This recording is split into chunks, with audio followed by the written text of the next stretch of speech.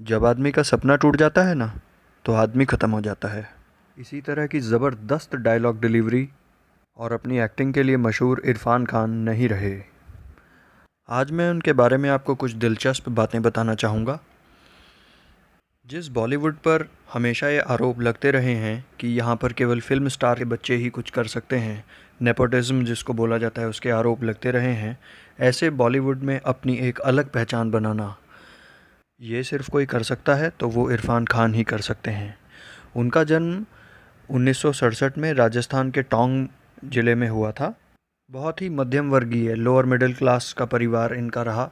इनके पिताजी जो है एक छोटी सी टायर की दुकान चलाया करते थे। जागीरदार खान उनका जो है नाम था। तो काफ़ी इनका बचपन जो है गरीबियों तंगियों में गुज़रा। और 19 वर्ष की आयु जब थी इनकी, तो उस वक्त जो है इनके पिताजी का निधन भी हो गया। तो उस कारण से बहुत ही इनको जो फाइनेंशियल जो समस्याएं थी वो झेलनी पड़ी। ये अपने बचपन में दिलीप कुमार की बहुत मूवीज़ देखते थे।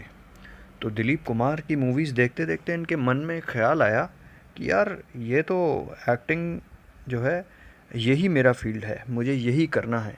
इनको मौका तो फ़र्स्ट क्लास क्रिकेट जो होता है उसमें भी खेलने का मिला, मगर उस क्लास क्रिकेट में भी इनको खेलने के लिए ऐसा था कि इनके पास पैसे नहीं थे।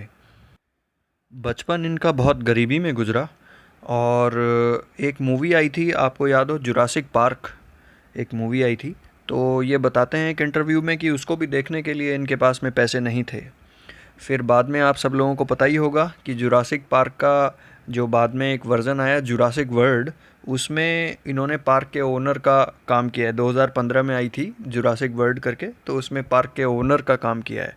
अब सोचिए कि जिस आदमी के पास जुरासिक पार्क मूवी देखने के पैसे नहीं थे, तो वो ओनर का काम उसको मिला जुरासिक वर्ल्ड में। कितनी बड़ी बात है ये। और ये सब अपने टैलेंट के दम पर इन्होंने किया। इनका बचपन भी कोई बहुत जिसको कह सकते हैं कि डिफ़िकल्टीज़ से भरा हुआ था। जब ये 7 साल के थे, तो उस वक्त जो है ये छत से गिर गए थे। और छत से इतनी बुरी तरह से गिरे कि इनकी काफ़ी हड्डियां वगैरह इनकी टूट गई थी। तो इनको रिकवरी के लिए 2 से 3 साल लगे। और जिस वक्त ये सब हो रहा था, रिकवरी का समय जब चल रहा था, 2-3 साल का जो वक्त इनको लग रहा था, तो स्कूल में सब इनका मजाक उड़ाते थे और बड़ा ही मुश्किल वक्त इन्होंने झेला है। लेकिन इनकी विल पावर इतनी ज़्यादा थी कि उस विल पावर के दम पे कि यार मुझे तो कुछ करना ही है, और उस विल पावर के दम पे इन्होंने देखिए कितना बड़ा मुकाम एक हासिल कर दिया। लुक्स में ये बोलते थे, खुद ही बोलते थे कि भाई मैं तो मतलब मैं कहीं से भी ऐसा नहीं लगता था कि कोई सुपरस्टार बनने लायक, मतलब मूवीज़ में काम करने के लायक हूँ। एकदम पतला सा था, दुबला काला, मतलब नॉट सो गुड लुकिंग गाई ये अपने आप को बोलते थे। तो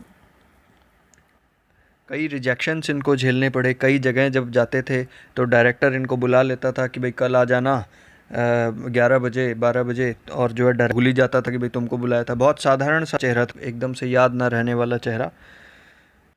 फिर एक बड़ी बात हुई कि इन्होंने नेशनल स्कूल ऑफ ड्रामा में 1986 में इन्होंने एडमिशन लिया। और वो एडमिशन भी ऐसा कि फ़र्स्ट अटैम्प्ट में उसका एक टेस्ट होता है इसका, तो फर्स्ट अटैम्प्ट में ही इन्होंने क्लियर किया। और जो बड़े बड़े कलाकार हैं वो तक क्लियर नहीं कर पाते जिस टेस्ट को, उस टेस्ट को इन्होंने क्लियर किया था और स्कॉलरशिप इनको मिली उसमें। तो वहाँ से इन्होंने अपनी जो ड्रामा मतलब एक्टिंग की जो ट्रेनिंग थी वो national school of drama NSD जिसको बोलते हैं, तो वहाँ से इन्होंने कंप्लीट की। NSD में ही इनके एक फ्रेंड तिग्मांशु धुलिया इनको मिले, जिनके साथ में बाद में इन्होंने 2 मूवीज़ बनाई, एक पान सिंह तोमर और एक हासिल। तो इन दोनों को ही नेशनल अवार्ड्स के लिए नॉमिनेट किया गया और अवार्ड मिले भी इनको। और पद्मश्री अवार्ड भी इनको मिल चुका है इरफान खान को। मैं आपको बताना चाहूँगा कि भारत का जो चौथे नंबर का सबसे बड़ा जो पुरस्कार है वो पद्मश्री है, और इनको 2011 में पद्मश्री अवार्ड भी मिल चुका है। इनकी वाइफ जो हैं वो सुतापा सिकदर हैं, और ये भी NSD में ही इनको मिली थी। आपने अगर पान सिंह तोमर मूवी देखी हो तो उसके बारे में मैं आपको एक बहुत ही ख़ास बात बताना चाहूँगा। उसका कोई भी स्क्रिप्ट नहीं था, मतलब जो पान सिंह तोमर मूवी थी उसके ऊपर कोई बुक नहीं, कोई स्क्रिप्ट नहीं था और केवल रिसर्च में ही 6 से 8 साल तो उसकी रिसर्च में ही लग गए थे, क्योंकि पुलिस की फ़ाइल्स में ही उसके डिटेल्स मिलते थे।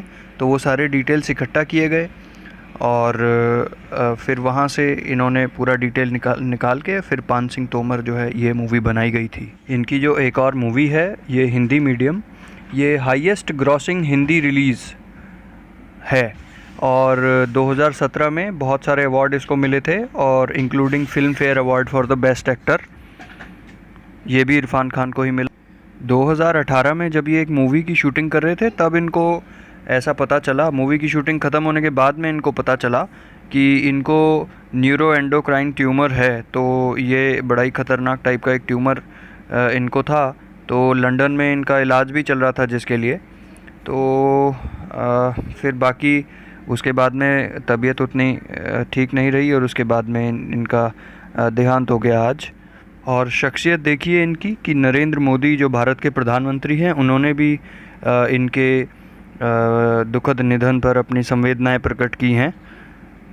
वास्तविकता में फ़िल्म इंडस्ट्री के लिए तो बहुत ही बड़ा लॉस है और पर्सनली मेरे लिए भी मतलब ये एक्सेप्ट करना बहुत ज़्यादा मुश्किल है कि इरफान खान अब इस दुनिया में नहीं रहे हैं।